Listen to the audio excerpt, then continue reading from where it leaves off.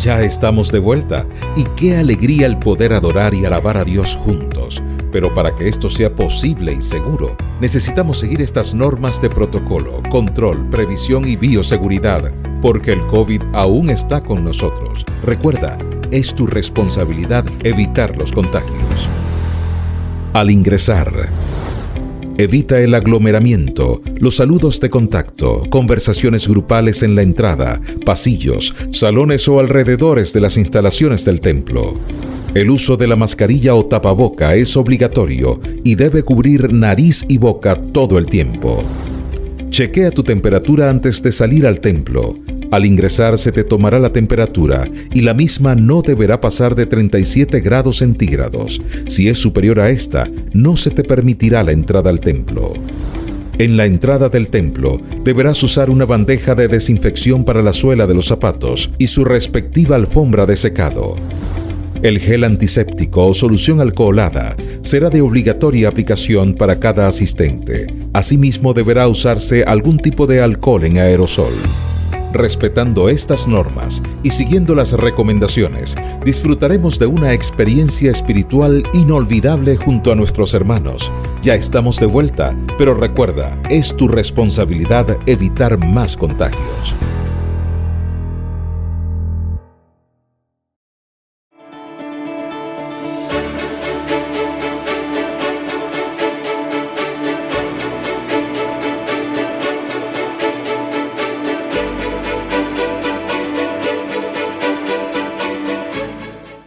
Definitivamente hoy es un día especial. Por eso nos alegramos en encontrarnos en este espacio Sábados de Esperanza. También agradecemos a Dios por las herramientas tecnológicas como lo es YouTube en el canal de Comunicaciones UBOC y el circuito de emisoras Hope Radio Venezuela, que nos permiten sentirnos cerca los unos de los otros. Sobre todo el día de hoy, cuando celebramos el Día del Músico Adventista. Definitivamente la creación se une en adoración a nuestro Señor con cada uno de sus cantos, de sus sonidos, de sus olores, de sus colores. Unámonos a ellos también y también a las huestes celestiales que adoran con música a nuestro Creador. Empecemos con una oración para poder disfrutar de esta programación. Querido Dios, infinitas gracias te damos porque nos has dejado el lenguaje musical. Ayúdanos a adorarte con todo lo que hagamos. Sé tú con esta programación, te lo pedimos en el nombre de Jesús. Amén.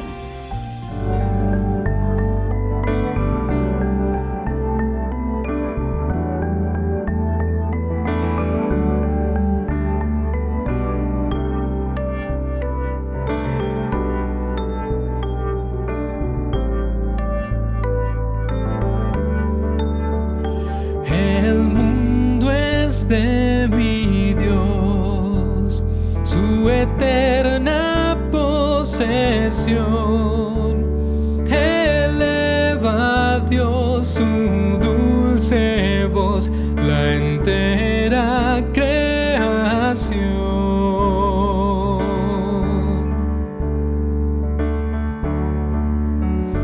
El mundo es de mi Dios, escucho alegre son del ruiseñor que al Creador eleva su canción.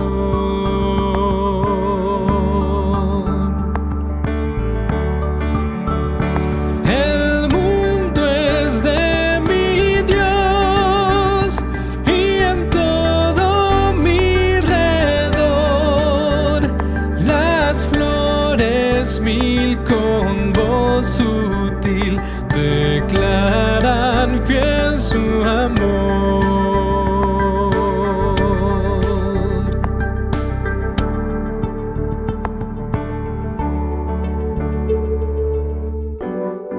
Así como la naturaleza declara con su existencia la grandeza de Dios, que con nuestra vida también podamos hacerlo, con nuestro testimonio y lo que los demás ven en nosotros.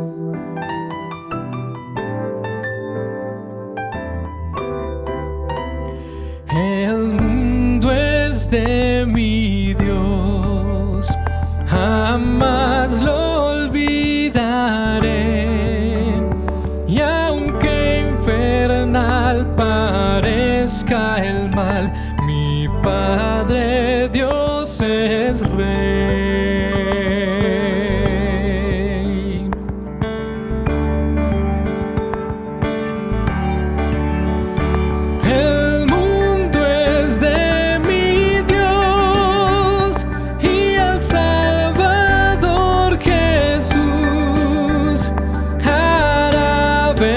vencer por su poder con la obra de la cruz.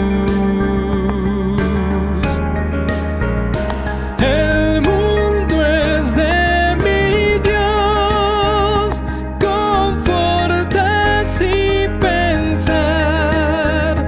Él hizo el sol y el arrebol, la tierra, cielo y mar.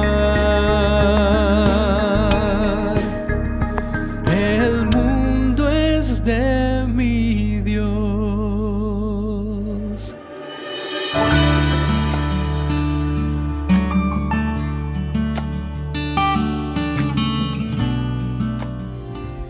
En resumen, el capítulo 30 de Deuteronomio lo que quiere dejarnos saber es que tenemos solamente dos opciones. Moisés aconseja al pueblo, escoge la vida. Repasemos la lección de esta semana. Este video es patrocinado por IADPA, donde cada libro es un mundo nuevo. Escuela Sabática Live presenta la serie La Verdad Presente en Deuteronomio. Lección 8. Escoge pues la vida. ¿Recuerdan a Junior? ¡Claro! El joven futbolista hijo de Mike, el pupilo del profe Tite. Exacto. Siguiendo las instrucciones del profe Tite, Junior llegó a un equipo profesional. Con 23 goles y 11 asistencias, fue el joven revelación del campeonato y ahora estaba allí disputando la final del torneo. El partido había quedado 2-2 y se estaba definiendo desde el punto penal. Junior era el último en cobrar y si hacía el gol, su equipo sería el gran campeón. El arquero de su equipo se le acercó y le dijo: patea fuerte a la izquierda. Ese arquero siempre se lanza a la derecha. Pero inmediatamente el capitán del equipo le hizo señas con la mano indicándole que mejor pateara hacia la derecha. ¿Qué hacer? Junior estaba frente al balón y debía tomar una decisión: patear a la derecha o patear a la izquierda, complacer a su arquero o complacer al capitán. El estadio estaba en silencio y el silbato del árbitro le indicó que era el momento de patear. Entonces Junior tomó su decisión: patearía fuerte y al centro del arco. Arranca Junior con el gol del título en su zapato, dispara al arco y... La vida está llena de decisiones. Desde que nos despertamos hasta que nos acostamos, nos toca escoger bañarnos con agua fría o caliente. Mejor tibiecita. Primero hay que decidir bañarse. Correcto. Luego, ¿qué ropa nos vamos a poner? ¿Qué vamos a desayunar? ¿Con qué actitud vamos a arrancar el día? En fin, decisiones y más decisiones. La mayoría de nuestras decisiones tienen que ver con nuestra cotidianidad. Otras decisiones son de mayor trascendencia, pero hay decisiones que tienen implicaciones eternas. Cerca del final del libro de Deuteronomio, Dios a través de Moisés pone delante de ellos la decisión más importante de todas. Os he puesto delante la vida y la muerte, la bendición y la maldición. Escoge, pues, la vida, para que vivas tú y tu descendencia. Escoger entre la vida y la muerte. Si hiciéramos una encuesta, seguramente todos escogeríamos la vida, pero a la luz de la Biblia, la vida no es algo que se escoja solo con palabras. Por eso la pregunta de esta semana es: ¿qué nos enseña la Biblia para ayudarnos a decidir por la vida? En primer lugar, que Dios nos dio la capacidad de elegir. ¿Te gustaría que toda la vida alguien tomara las decisiones por ti? ¿Tus padres, por ejemplo? Sería una vida muy aburrida. Ni siquiera sería mi vida, sino la de otro. Muy bien. Es cierto que cuando somos bebés, nuestros padres deciden absolutamente todo por nosotros, pero en la medida que crecemos, nos van otorgando poco a poco el privilegio de elegir, hasta llegar a cierta edad en la que las decisiones corren por cuenta nuestra. Uno de los más preciosos regalos de Dios es que nos ha dado libre albedrío, o dicho de otra forma, la capacidad de elegir. Bueno, Es cierto que ninguno de nosotros decidió nacer en este mundo. Adán y Eva tampoco decidieron ser creados y ubicados en el jardín del Edén. Pero tanto a ellos como a nosotros, Dios ofrece la opción de seguir existiendo o, por el contrario, rechazar la vida. Para la muestra, un botón. En medio del Edén crecía el árbol de la vida, cuyo fruto tenía el poder de perpetuar la vida. Si Adán y Eva permanecían obedientes a Dios, continuarían gozando del libre acceso a ese árbol y vivirían eternamente. Pero cerca del árbol de la vida estaba otro árbol que les daba la opción de escoger la muerte. El árbol de la ciencia del bien y del mal. Si comían de ese árbol dejarían de vivir. Adán y Eva optaron por la muerte y perdieron el acceso al árbol de la vida. Pero Dios no dejó que esta decisión marcase para siempre el destino de la humanidad. Había trazado un plan para que, gracias a Jesús, pudiésemos tener acceso nuevamente al árbol de la vida. Si hoy elegimos a Cristo, podremos aferrarnos a su promesa. Al que venciere, le daré a comer del árbol de la vida, el cual está en medio del paraíso de Dios. En segundo lugar, que solo hay dos opciones. En realidad, en un penalti, el cobrador tiene mucho más de 2 o 3 opciones. No es simplemente decidir entre patear a la derecha, a la izquierda o al centro. También puede patear hacia arriba o hacia abajo. Con potencia o en globito. ¡A lo Panenka! Así es. En el fútbol, como en la vida, son muchas las opciones, pero en Deuteronomio y el resto de la Biblia se nos enseña que cuando de salvación se trata, solo tenemos 2 opciones. Mira, yo he puesto delante de ti hoy la vida y el bien, la muerte y el mal. En este pasaje, Moisés usa el término hebreo tov para referirse al bien y ra para referirse al mal. ¿Saben qué es lo curioso? Que son los mismos términos hebreos que se usan en Génesis para referirse al árbol del bien, tov, y del mal, ra, lo que significa que Dios les está dando a los israelitas las mismas 2 opciones que les dio a Adán y Eva en el Edén. ¿Y qué decir del Nuevo Testamento? ¿Cambiaron las opciones con Cristo? No, el apóstol Juan escribió: el que tiene al Hijo tiene la vida, y el que no tiene al Hijo de Dios no tiene la vida. ¿Lo notan? Es la constante en toda la Biblia. O tenemos la vida o tenemos la muerte. No hay cobro al centro del arco, no hay terreno neutral. Pero oigan bien, el hecho de que nosotros tengamos esas 2 alternativas no significa que Dios nos ofrezca las 2 cosas. ¿Cómo así? Escuchen. Si usted le ofrece un vaso de agua a alguien que está muriendo de sed, usted solo está ofreciendo una cosa. De hecho, una cosa muy buena: agua para vivir. Pero aunque usted solo esté ofreciendo una cosa, esa persona tiene 2 opciones: beberla y vivir, o rechazar el vaso y morir. Usted no le está ofreciendo la muerte, pero la persona morirá si rechaza el vaso de agua. Asimismo, Dios no nos ofrece la muerte, Dios solo nos ofrece la vida. La muerte es el resultado de rechazar el ofrecimiento de Dios. Y en tercer lugar, que la elección es fácil y es hoy. Como ya habrán notado, esto de escoger entre el bien y el mal, entre la bendición y la maldición, entre la vida y la muerte, lo encontramos en Deuteronomio 30. ¿Y qué es Deuteronomio 30? Nada más y nada menos que el último sermón de Moisés. En Deuteronomio encontramos 3 discursos de despedida del profeta, el primero en los capítulos 1 al 4, el segundo, que es el más largo, en los capítulos 5 al 28, y el tercero y último, que es el sermón más corto, en los capítulos 29 y 30.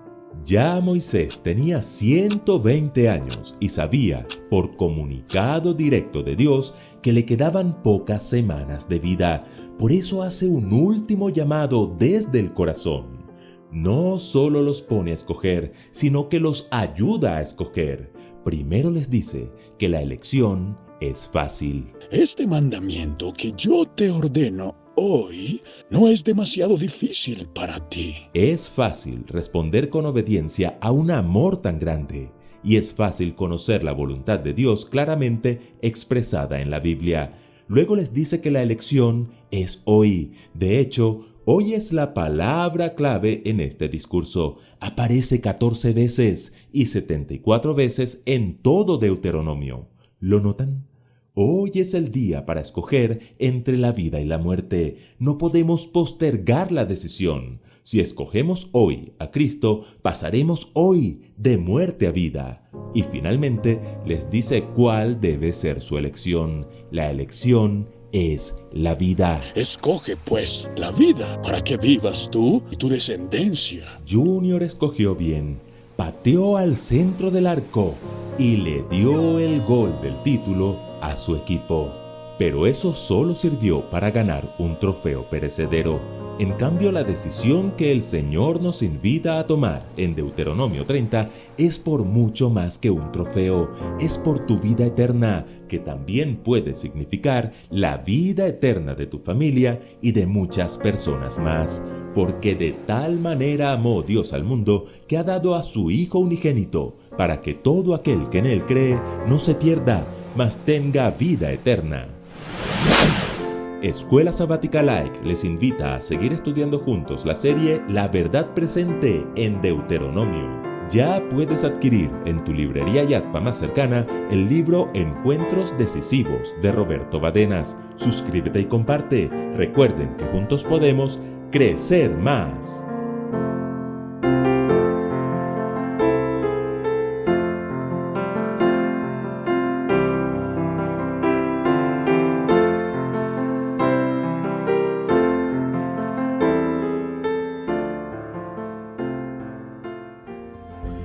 A lo mejor los cambios no sean tu fuerte, pero probablemente sean los que Dios use para que puedas llegar a muchas otras personas. El relato misionero de hoy nos hace ver esto. Disfrutemos la historia desde Corea del Sur. Seji se mudó con su familia al campo después de vivir en una gran ciudad de Corea del Sur. Su mamá estaba feliz con el cambio. Mudarnos aquí fue una oración contestada, dijo, pero Seji no estaba segura, estaba triste por haber tenido que dejar a sus amigos en la ciudad. En el campo, Seji aprendió cosas nuevas. Su mamá plantó un huerto de vegetales y Seji y su hermano menor cuidaban las lechugas, los pepinos y el maíz. Seji se aseguraba de que tuvieran suficiente agua. Quitaba la maleza para que todos los vegetales tuviesen suficiente espacio para crecer. Dentro de poco, el huerto estaba lleno de largos y verdes pepinos, rodeados por lechugas verdes y mazorcas verdes llenas de maíz amarillo. A Seji le encantó comer vegetales frescos recién cortados del huerto. Su mamá dijo que a los vecinos podría gustarles comer vegetales frescos. Seji ayudó a recolectar pepinos, lechugas y maíz para regalar. Los vecinos estaban muy felices de recibir los vegetales. Seji se sintió muy bien con sus sonrisas y su agradecimiento. A veces ellos le regalaban pan hecho en casa y vegetales. A veces volvía a casa con más alimento que cuando había salido. La Biblia enseña que cuanto más compartes, más recibes. Proverbios 12:24 dice, hay quienes reparten y les es añadido más. Aún así, Seji estaba triste porque no tenía amigos en la iglesia. El único muchacho era su hermano. Su mamá vio los ojos tristes de Seji y sugirió que orara por sus compañeros de la escuela y los invitara a la escuela bíblica de vacaciones en la iglesia. Seji escribió invitaciones especiales para su clase, pero tenía miedo de entregar las invitaciones. ¿Y si los chicos no venían? No temas, dijo su mamá. No es tu trabajo convencerlos de venir a la escuela bíblica de vacaciones. Eso es trabajo de Dios. Seji y su mamá entregaron las invitaciones a la clase. Ninguno de ellos vino a la escuela bíblica de vacaciones, pero uno de los chicos vino a la iglesia el sábado. El chico vivía con sus abuelos y no sabía nada de Jesús. No tenía amigos en la escuela. Estaba muy feliz de aprender de Jesús en la iglesia e inmediatamente anunció que quería venir todos los sábados. En casa, la mamá de Seji le dijo que aunque nadie hubiera venido a la escuela bíblica de vacaciones, Dios había bendecido las invitaciones trayendo a ese chico a la iglesia. Él recibió la última invitación que entregaste, dijo su mamá. Seji se alegró. Él no hubiese conocido a Jesús si no hubiéramos repartido las invitaciones, dijo ella. Esa noche hizo una oración especial por su nuevo amigo. Querido Dios, gracias por guiarlo a tu iglesia. Oró. Por favor, que él y su familia te conozcan y confíen en ti. En el nombre de Jesús. Amén.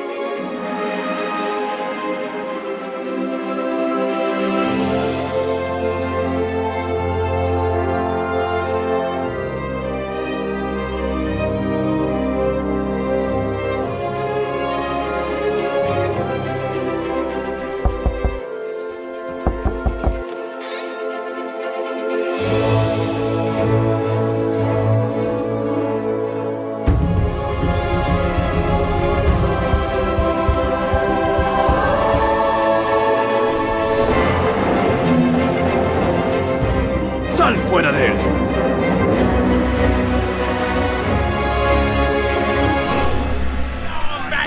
¡Impuestos! ¡No más impuestos para el pueblo! ¡Paguen sus impuestos aquí! ¡Vuelve a tu casa! Toman el dinero de su pueblo para dárselo a Roma. ¡Guarda todo lo que puedas para ti! Y aún tienen frutas gratis. ¿Ah?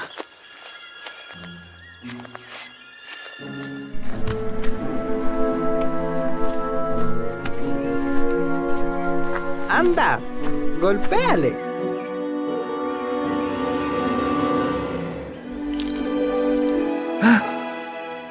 Sígueme. Hoy quiero cenar contigo en tu casa.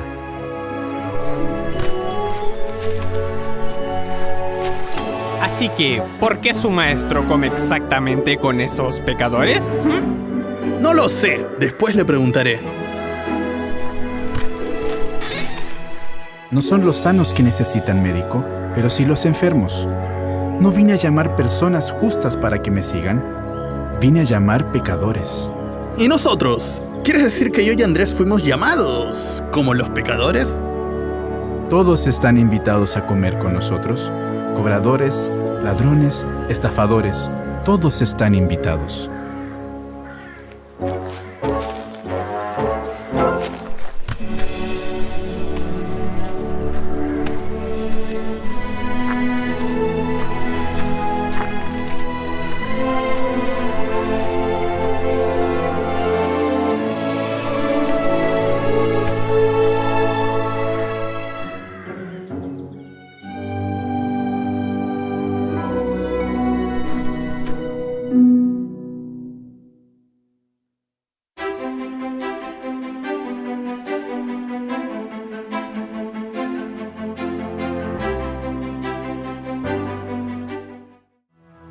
La Advent Press decidió poner a Dios en primer lugar.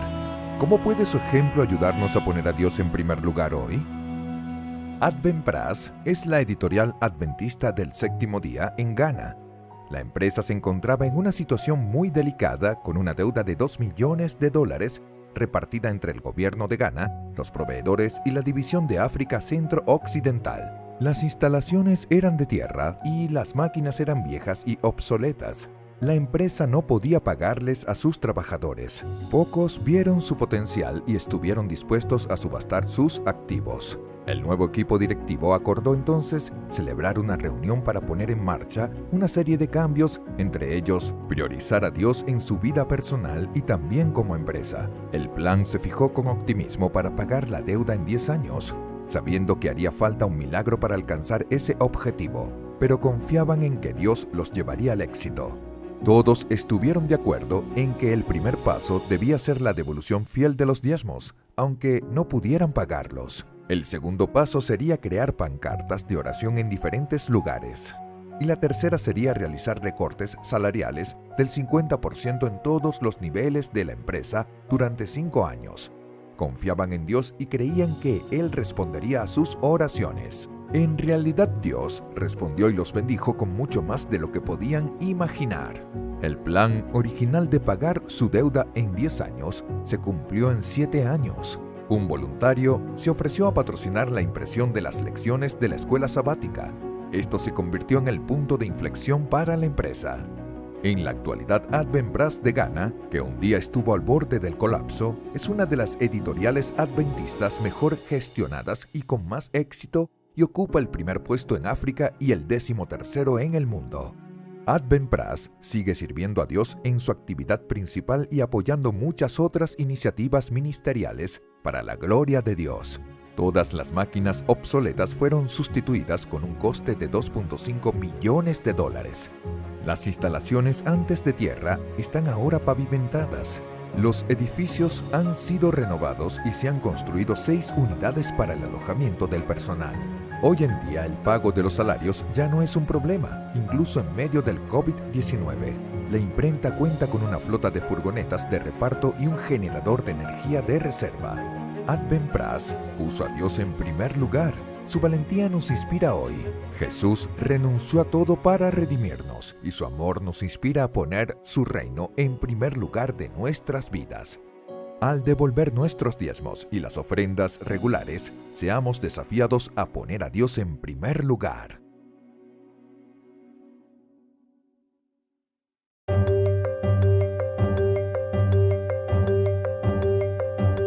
Hoy nuestros templos están cerrados. Tampoco podemos reunirnos con nuestros grupos pequeños. Pero la iglesia sigue más viva que nunca. Así como los primeros cristianos, cada hogar se ha convertido en una casa de esperanza. Mientras el mundo está en pausa, nuestra fe sigue viva. Adoramos el día sábado. Descubrimos nuevas maneras para seguir hablando a otros del amor de Dios y de su segunda venida. Pero muchos miembros fieles se preguntan, ¿cómo podemos devolver a Dios aquello que le pertenece? Para hacerlo, tienes 2 alternativas. Puedes hacer una transferencia directa a la cuenta de tu asociación o misión, utilizando los datos que aparecen al final de este video. Después envía una fotografía del comprobante al tesorero de iglesia por correo electrónico o WhatsApp, junto con todos los datos que se colocan en el sobre tradicional. No olvides detallar los montos de diezmos y ofrendas. Si no te es posible realizar una transferencia, guarda tus diezmos y ofrendas en un lugar especial y ponte en contacto con tu pastor para conocer la forma de hacerlos llegar a la tesorería de tu iglesia. Tus diezmos y ofrendas son resultados de tu fidelidad a Dios y permiten que la obra del Evangelio siga adelante.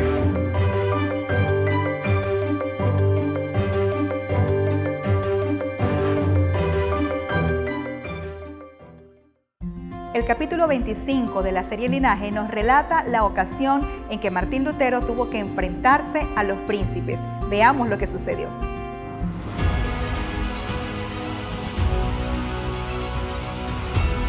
Linaje. Martín Lutero, la protesta de los príncipes, episodio 25.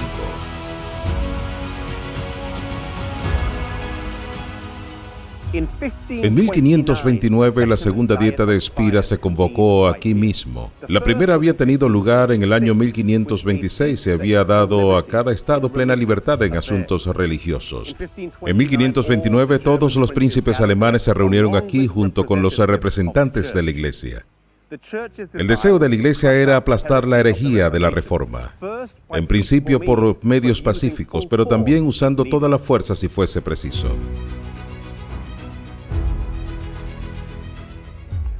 Una de las propuestas fue la de detener las conversaciones. El estado que estaba a favor de la reforma se quedaría como estaba, pero los estados que no la habían abrazado ya no podían cambiar. Si este edicto se aplicaba, la reforma ya no podría extenderse donde aún no era conocida. Tampoco se hubiera podido establecer la forma sólida allí donde había comenzado. El asunto clave que estaba en juego era la libertad de conciencia. Se reunieron para decidir qué hacer con esta propuesta. Sobre la mesa habían asuntos de máxima importancia para el mundo. ¿Tenía Roma el derecho de coaccionar la conciencia y prohibir el libre estudio de las Escrituras?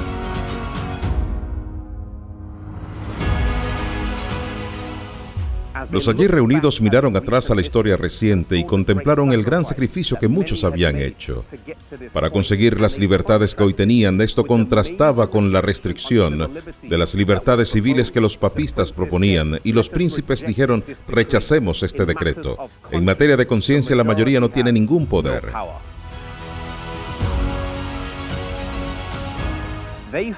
Entendieron que el papel del Estado era proteger la libertad de conciencia y que al mismo tiempo este era el límite de su papel en asuntos religiosos. En su respuesta emplearon la palabra protesta. Es de aquí de donde sale el término protestantismo de hoy día. Pero es importante que entendamos el trasfondo de este término para saber que es verdaderamente un protestante.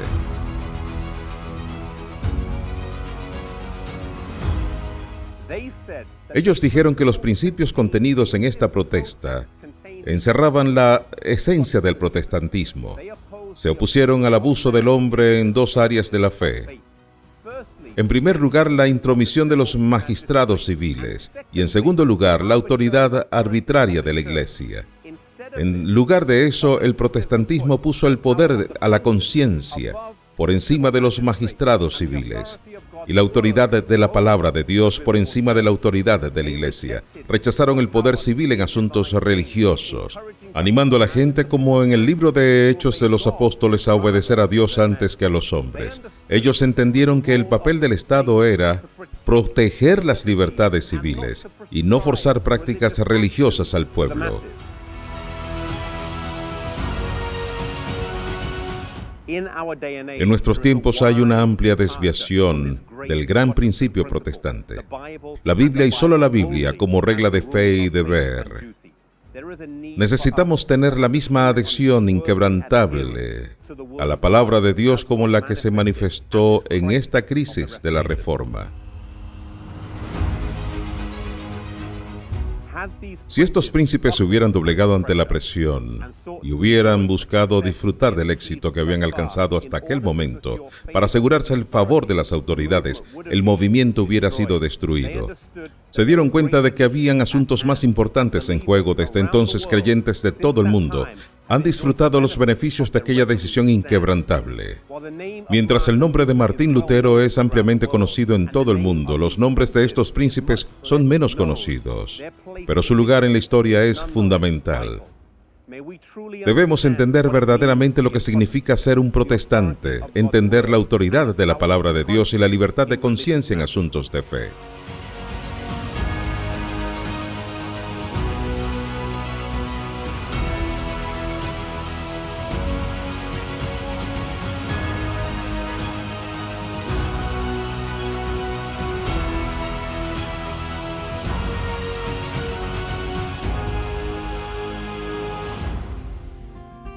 Los días especiales siempre tienen invitados especiales.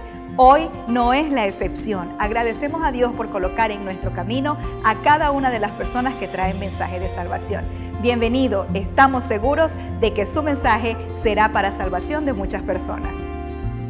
Muy buenos días para todos y cada uno de ustedes, donde quiera que estén. Hoy es un día especial para todas aquellas personas que tienen un ministerio musical, pues es el Día del Músico Adventista. Así que quiero enviar un saludo especial a todas estas personas que tienen su ministerio musical. En esta mañana quiero pedirte que donde quiera que estés, en tu teléfono, en tu tablet, en tu computadora, inclines tu rostro para tener una palabra de oración. Oremos. Señor y Padre nuestro que estás en el reino de los cielos, santificado y glorificado sea tu nombre, Señor. Gracias porque nos das la oportunidad de estar acá, Señor, adorando y glorificando tu nombre en esta mañana. Quiero pedirte, Señor, que tu Espíritu Santo sea en nuestra mente y en nuestro corazón. Que aunque somos indignos, Señor, de estar ante tu presencia, solamente tu Espíritu Santo pueda limpiar nuestro ser. Y solamente tu Espíritu Santo, Señor, pueda ser quien guíe cada palabra y quien guíe cada mente de las personas que está escuchando este material. Danos hoy, Señor, de tu Espíritu Santo, que podamos sentir que Él está junto a nosotros y que este sábado sea un sábado de bendición para cada uno de nosotros. Todo esto te lo imploramos en el nombre de Cristo Jesús. Amén. El tema de hoy se titula Yo iré. Abrimos un signo de interrogación y hacemos una pregunta. ¿Estoy listo? Esta mañana, mientras venía en el autobús de venida hasta acá, hasta Hog Media, se subió un muchacho al autobús, un niño. Y este niño en su apariencia parecía no ser o no estar listo para lo que el niño hizo. El niño se levantó, abrió su bolso y sacó un cuaderno y dijo, necesito predicar de la palabra de Dios. Y en lo que abrió el cuaderno comenzó a leer, mira que te mando que te esfuerces y seas valiente. Y mientras yo escuchaba que el niño decía esto, yo lo miraba a él y decía, parece no ser o no ser digno, no estar vestido como un adorador. Y me miraba yo y decía, yo sí estoy vestido, pero no estoy cumpliendo la misión que el niño está cumpliendo. Y esto es algo de lo que vamos a estar tratando hoy. Las características de un adorador. ¿Qué necesito yo para ser un adorador? La palabra adoración viene del verbo adorar. Y la definición de adorar es rendir culto a, amar a alguien sobre todo. En este caso, nosotros decimos que podemos rendir culto a una cosa, bueno, lo que dice el diccionario, a una cosa o una persona. Sin embargo, como cristianos adventistas del séptimo día, sabemos que el único digno de adoración es Dios. Ahora, en nuestra iglesia el término adorar es llevado muchas veces a la parte musical. Y eso no está mal, la parte musical también es parte de la adoración. Sin embargo, en nuestra iglesia hay mucha confusión en cuanto al estilo de música que se debe cantar en nuestras iglesias. Ahora, estas cosas parecen pasar a un segundo plano cuando tú te das cuenta que no es cómo adorar, sino cómo está el corazón del adorador. En cierta oportunidad, el caso de Caín y Abel fue totalmente diferente. Dios exigió una ofrenda y la ofrenda era, da lo mejor de cada ganado. Vas a escoger el mejor, la oveja sin mancha, sin defecto, y la vas a traer ante mí como ofrenda grata a mi presencia, dijo Dios a Adán y a Eva. Sin embargo, Caín, quizás con un corazón sincero, escogió de los mejores frutos que él había cultivado, de lo mejor de su trabajo, quizás con un corazón humillado delante de Dios, y lo llevó ante la presencia del Señor. La palabra del Señor es muy clara y dice que Dios no miró con agrado la ofrenda de Caín. Sin embargo, dice que Abel buscó aquella oveja sin mancha, sin defecto, y la llevó a los pies de Cristo. Y Dios miró con agrado la ofrenda de Abel. ¿Saben? Dios espera la obediencia de parte de sus hijos. Ahora, vamos a comparar dos personajes que fueron adoradores de Dios. Uno fue adorador en el ámbito musical y el otro quizás no, pero vamos a estar trabajando con las características de un ser adorador. Y estos dos personajes fueron David, el rey David, y el rey Saúl. Los invito a que busquen en sus Biblias Primera de Samuel, capítulo 16 y el versículo 12. Dice la palabra del Señor, Primera de Samuel, capítulo 16, versículo 12. Isaí mandó por él y le hizo entrar. Y uniéndonos al contexto de lo que estaba pasando, sabemos que Dios había escogido a un rey y era un hijo de Isaí. Isaí hizo pasar todos sus hijos y ninguno era el que Dios había escogido. Sin embargo, le faltaba uno y ese era David. Por eso la Biblia dice, Isaí mandó a buscar, o mandó a sus hijos a buscar a David y le hizo entrar. Y lo describe de la siguiente manera, Samuel dice, era de tez sonrojada, de bellos ojos y de buena presencia. características que debe tener un verdadero adorador. Sin embargo, si lo tomamos en cuenta lo que hablábamos al principio, esta mañana yo no vi en ese niño estas características. Pero la pregunta es, ¿era ese niño un verdadero adorador? ¿Será que estas son las características que tiene que tener un verdadero adorador? Son preguntas que hay que responder. Entonces, versículo 12, entonces Jehová dijo, levántate y úngelo, porque este es. Dice que Samuel se levantó y ungió a David por rey. Y desde ahí el Espíritu de Jehová se posó sobre David. Versículo 14. El Espíritu de Jehová se apartó del rey Saúl. Y un espíritu malo de parte de Jehová estuvo atormentándole. ¿Saben? Saúl también era un adorador de Dios. Saúl, cuando fue escogido, quizás también tenía estas características que Samuel describió aquí en David. Dice que Saúl inclusive era más alto que todos los de su pueblo, quizás era muy valiente, era hermoso, pero el Espíritu de Jehová se apartó de Saúl. Ahora, vamos a buscar por qué razón el Espíritu de Jehová se apartó de Saúl. Dios le dijo algo a Saúl. Dios le dijo, tú vas a ir a luchar contra los amalecitas. Y luego que los derrotes, no tomes nada de ese pueblo. Deja todo ahí, porque anatema será para el pueblo. Sin embargo, Saúl no obedeció lo que Dios mandó. Y fíjense que cuando Saúl venció a los amalecitas, dice que agarró a Agag, rey de los amalecitas, y aparte de eso se trajo lo mejor del ganado, lo mejor de lo que ellos tenían allá hacia el pueblo de Israel. Pero el mandato de Dios había sido muy claro. No tomes nada de lo que hay allá. Sin embargo, cuando el profeta Samuel, ya avisado por Dios de lo que había pasado, llega hasta donde el rey Saúl, Saúl le contesta de la siguiente manera. Primera de Samuel, capítulo 15, versículo 20. Saúl respondió a Samuel, he obedecido la voz de Jehová y fui a la misión que Jehová me encomendó. He traído a Agag, rey de Amalec, y he destruido completamente a los amalecitas. Versículo 21. Pero el pueblo tomó del botín de las ovejas y las vacas lo mejor del anatema para sacrificarlas a Jehová tu Dios en Gigal. Punto número 1. Como todo ser humano, Saúl le echó la culpa a otra persona. Saúl no reconoció su culpabilidad. Saúl dijo, el pueblo trajo de allá esto, esto y esto. Pero realmente el rey de Israel, ¿quién era? Saúl. Es decir, la culpabilidad de lo que había pasado era del rey Saúl, porque Dios le había dicho al rey Saúl, no tomes nada de lo que hay allá. Versículo 22. Entonces Samuel le preguntó, ¿se complace tanto Jehová en los holocaustos y en los sacrificios como en la palabra de Jehová, que la palabra de Jehová sea obedecida? Y fíjense la siguiente frase, ciertamente el obedecer es mejor que los sacrificios, y el prestar atención es mejor que el cebo de los carneros. ¿Saben?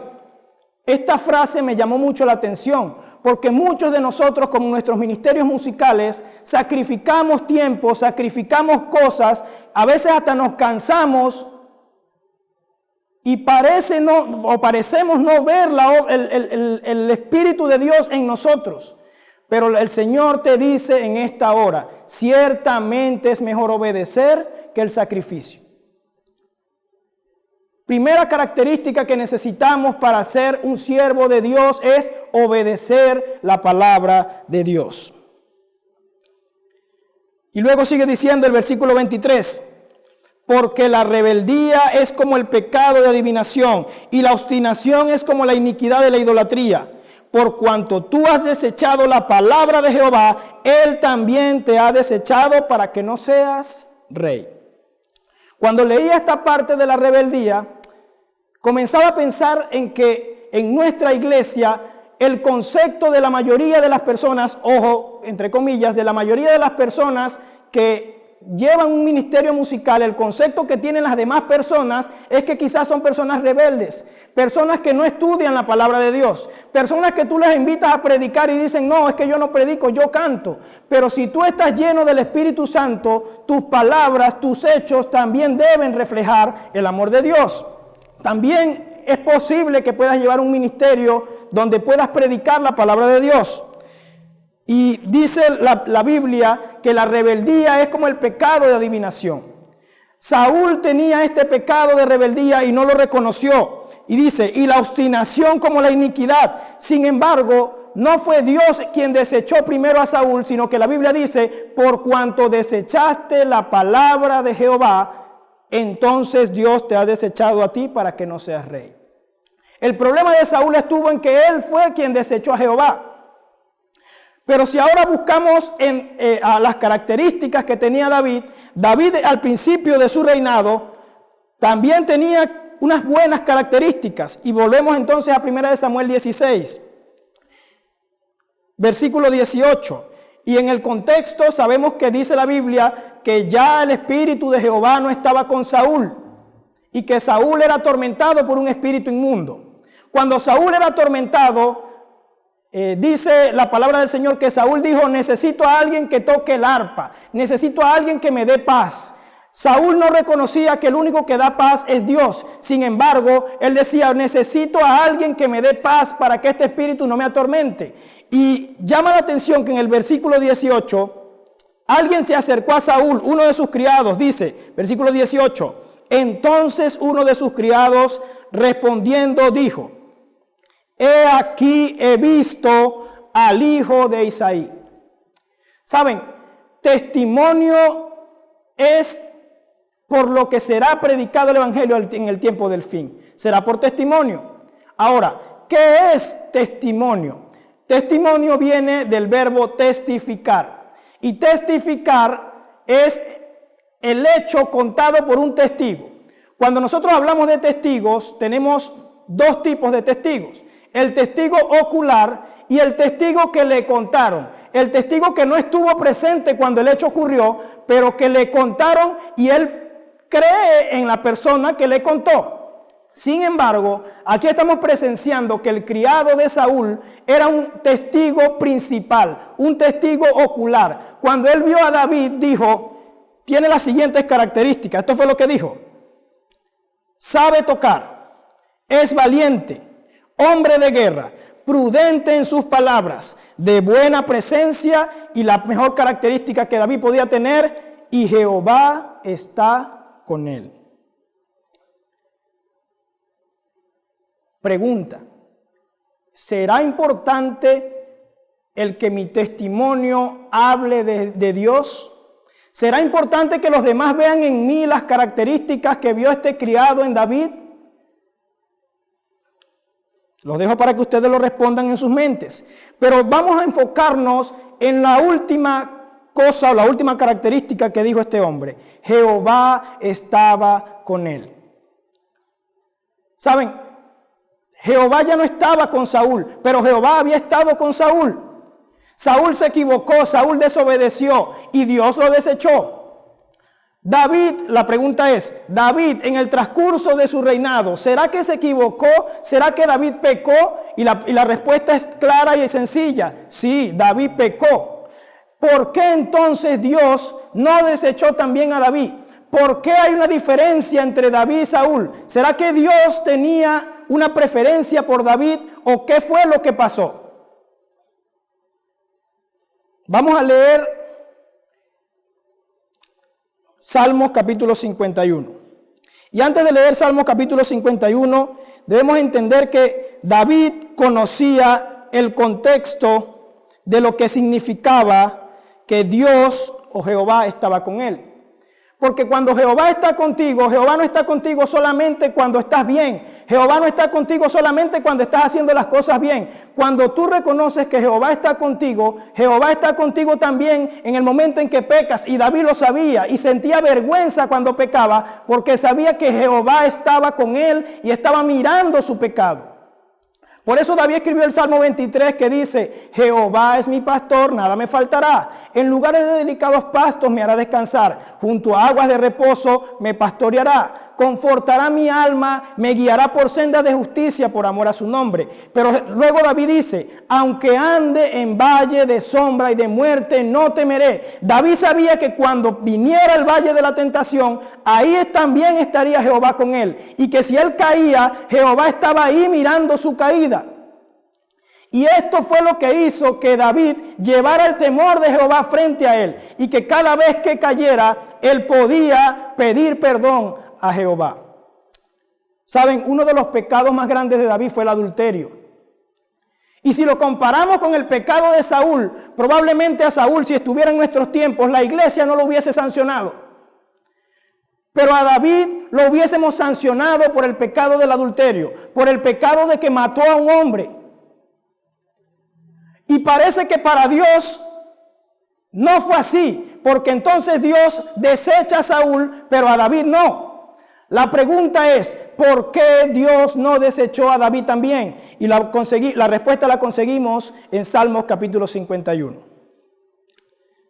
Versículo 1 dice: ten piedad de mí, oh Dios, conforme a tu misericordia, por tu abundante compasión borra mis rebeliones. David reconocía que la paga del pecado es la muerte.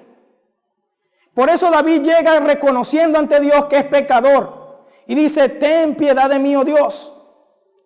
Ahora, que yo reconozca que soy pecador no quiere decir que debo revolcarme en el pecado, porque David sabía que Dios estaba con él durante el pecado. Saben, el apóstol Pablo, en el libro de Romanos capítulo 6, versículo 1, antes de seguir con el Salmo 51, dice lo siguiente. Romanos capítulo 6, versículo 1 y 2. Pregunta: ¿qué diremos pues? ¿Permaneceremos en el pecado para que abunde la gracia? Es una pregunta. Y el versículo 2 dice la respuesta: de ninguna manera, porque los que hemos muerto al pecado, ¿cómo viviremos todavía en él? David pecó, pero David no quería revolcarse en el pecado. David fue directamente ante Dios a pedir perdón y a decirle: Señor, ten piedad de mí. Versículo 2 del Salmo 51. Dice lo siguiente: lávame más y más de mi maldad y límpiame de mi pecado. Y el versículo 3 marca la diferencia entre lo que fue David y Saúl. Versículo 3 dice: porque yo reconozco mis rebeliones y mi pecado está siempre delante de mí. David reconoció que en él había rebeldía. David reconoció que en él había pecado. Y eso lo hizo pedir perdón delante de Dios. Versículo 4: contra ti solo he pecado y he hecho lo malo ante tus ojos. Seas tú reconocido justo en tu palabra y tenido por puro en tu juicio. Versículo 7: quita mi pecado con hisopo y seré limpio. Lávame y seré más blanco que la nieve. Versículo 9: esconde tu rostro de mis pecados y borra todas mis rebeliones. ¿Sabes? Aquí David confirma lo que te acabo de decir.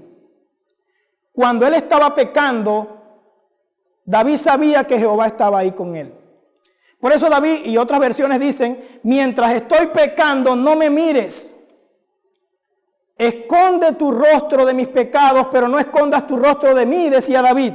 Y luego en el versículo 10 dice: crea en mí, oh Dios, un corazón puro y renueva un espíritu firme dentro de mí, un espíritu recto.